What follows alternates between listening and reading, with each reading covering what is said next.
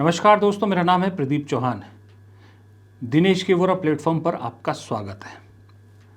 दोस्तों, पिछले हफ्ते आपने देखा होगा कि जिस तरह से सरकार ने जातिगत जनगणना के लिए हामी भरी है, तो कांग्रेस ने इसकी खूब वाहवाही लूटी और लूटनी भी चाहिए। कांग्रेस को अपनी पीठ थपथपानी भी चाहिए कि आखिरकार उनके सबसे बड़े नेता के सबसे बड़े मुद्दे पर सरकार को हामी भरनी पड़ी है। और राहुल गांधी का कोई मुद्दा सही निकला हो, ये पहली बार नहीं है। राहुल गांधी ने अब तक कई बार अपने आप को सही साबित किया है, चाहे वो डीमोनेटाइजेशन का मामला हो, चाहे कोविड का मामला हो, चाहे किसान बिल का मामला हो। हर बार उनकी बात सही साबित हुई है और कांग्रेस ने तब वो श्रेय राहुल गांधी को नहीं दिला पाई जो अब दिला रही है। अब कोशिश कांग्रेस जो है वो पूरी करी कि राहुल गांधी को श्रेय पूरा मिले।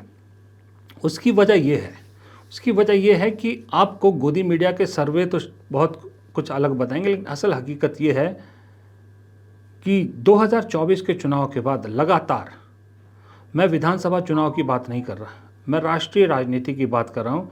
अगर पर्सनल चॉइस पे बात करें तो मेरे हिसाब से जितने से लोगों से भी मैं मिलता हूँ, अब राहुल गांधी धीरे धीरे उनके बीच में जगह बना रहे हैं।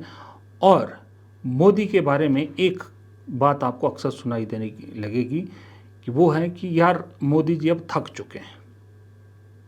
एक जो शख्स, एक ब्रांड इस देश में बना हुआ है, पॉलिटिकल ब्रांड है, जिसके नाम पे वोट मिलता है, जो कहता है कि मेरे उम्मीदवार को मत देखिए, मुझे देखिए और कमल का फूल देखिए, वो ब्रांड कमज़ोर हो रहा है। लोग कहने लगे हैं कि ब्रांड थक चुका है, थका हुआ नज़र आता है। और दूसरी तरफ एक शख्स है जिसकी हर बात को सराहा जा रहा है। खास करके जिस तरह से राहुल गांधी ने पहलगाम के मुद्दे पर और फिर जातिगत जनगणना के मुद्दे पर दो टूक कहा कि वो इन मुद्दों का राजनीतिकरण नहीं करना चाहते। दो टूक कहा कि उनकी पार्टी सरकार के साथ पूरी तरह से कंधा मिला के खड़ी है और खास करके पहलगाम के मुद्दे पर तो कड़ी से कड़ी कार्रवाई होनी चाहिए। जातिगत जनगणना के मुद्दे पर भी उन्होंने सरकार के फैसले का स्वागत किया और ये कहा कि बस वो टाइमलाइन चाहते हैं।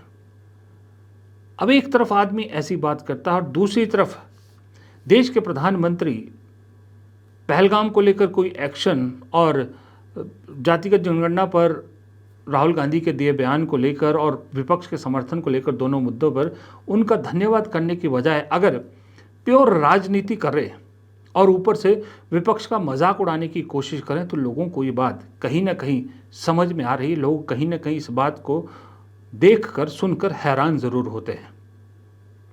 अब लोग दो सवाल आज की डेट में बहुत पूछ रहे हैं कि भाई राहुल गांधी पहलगाम चले गए, राहुल गांधी कश्मीर चले गए, राहुल गांधी कानपुर चले गए, लेकिन प्रधानमंत्री मोदी अपने अरब देशों का दौरा बीच में छोड़ के आए तो लगा कि कश्मीर जाएंगे, लेकिन प्रधानमंत्री तो कश्मीर नहीं गए।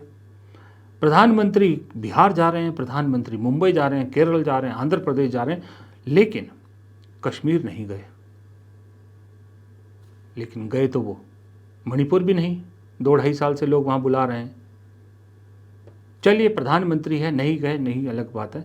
लेकिन क्या पहलगाम का मुद्दा इतना हल्का हो गया है कि मोदी जी को उससे ज़्यादा ज़रूरी राजनीति नज़र आ रही है? उस पर कोई बात नहीं, कोई एक्शन नहीं, कुछ नहीं हो रहा, लेकिन राजनीति दब के हो रही है। केरल में मज़े की बात है, प्रधानमंत्री केरल में, जो दक्षिण का एक राज्य है, वहाँ हिंदी में भाषण देते हैं, लेकिन बिहार में जो लिटरेसी रेट में केरल से कहीं नीचे है, वहाँ पर अंग्रेज़ी में भाषण देते हैं। तो इससे ज़्यादा और क्या आपको सबूत चाहिए कि प्रधानमंत्री के लिए हर चीज़ राजनीति से जुड़ी हुई है? कभी कभी मुझे लगता है कि जन नेता और राजनेता का फ़र्क भी अब दिखने लगा है। जन नेता वो है जो जन की बात करे, जन की बात सुने। तो वो तो पिछले 3-4 साल से राहुल गांधी कर रहे हैं। भारत जोड़ो यात्रा जब से शुरू की है, वही हैं जो दिखते हैं इस देश में कि लोगों के बीच जाते हैं, तो दुख तकलीफ में उनका साथ देते हैं। चाहे वो पहलगाम विक्टिम हो, चाहे वो कोई दलित उसका विक्टिम हो, चाहे कोई भी हो, राहुल गांधी पहुंचते हैं, बात सुनते हैं।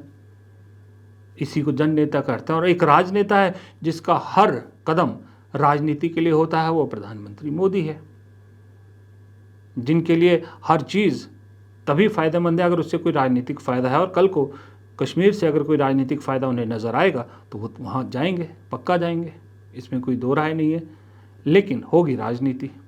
तो ये राजनीति और राजनेता और जननेता का फ़र्क दिख रहा है, और ये फ़र्क दिन प्रतिदिन बढ़ता जा रहा है, क्योंकि जो रिएक्शन जातिगत जनगणना के मुद्दे के बाद प्रधानमंत्री को उन्हीं के सपोर्टर्स ने दिया है, वो देखकर वो भी हैरान है और हम भी हैरान हैं।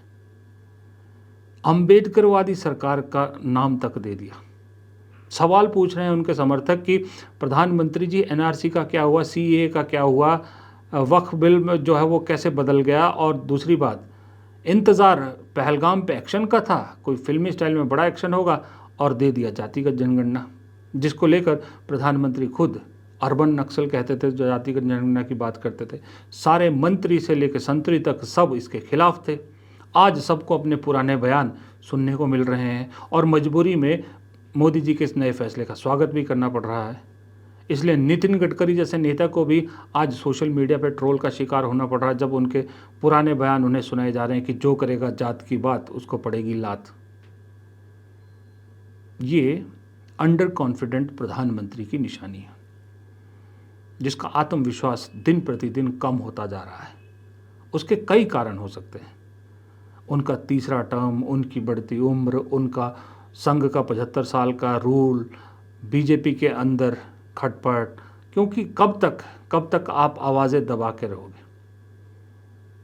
क्योंकि उस दिन बहुत से बीजेपी नेता हैरान थे जिस दिन प्रधानमंत्री पहलगाम न जाकर या श्रीनगर न जाकर बिहार पहुंच गए थे। उस दिन बीजेपी के बहुत से नेता हैरान थे, और उसके बाद भी जब राहुल गांधी वहां पहुंच गए तब भी नहीं गए, और ऊपर से जातिगत जनगणना का हाँ भर के बीजेपी के जो नेता यूं घुमा करते थे आजकल यूं घूमते नज़र आ रहे हैं। ये फ़र्क दोनों नेताओं में अब क्लियरली दिख रहा है। नमस्कार।